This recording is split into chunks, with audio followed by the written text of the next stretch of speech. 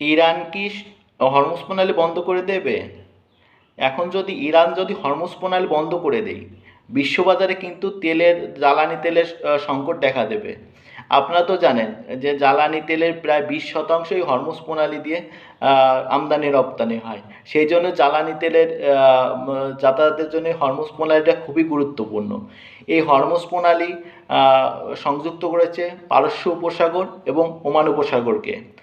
আর এই হরমুজ প্রণালীটা পৃথক করেছে ইরান এবং সংযুক্ত আরব আমিরাতকে। আপনারা জানেন তো কয়েকদিন আগে যে যুক্তরাষ্ট্র ইরানের যে 3টা পারমাণবিক বিদ্যুৎ কেন্দ্রে হামলা করলো, এর প্রতিক্রিয়া হিসেবে ইরান চাচ্ছে যে হরমুজ প্রণালী বন্ধ করে দিতে।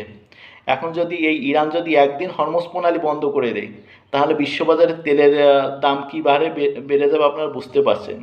এই হরমুজ প্রণালীকে বলা হয় যে ইরানের তুরুপের তাস।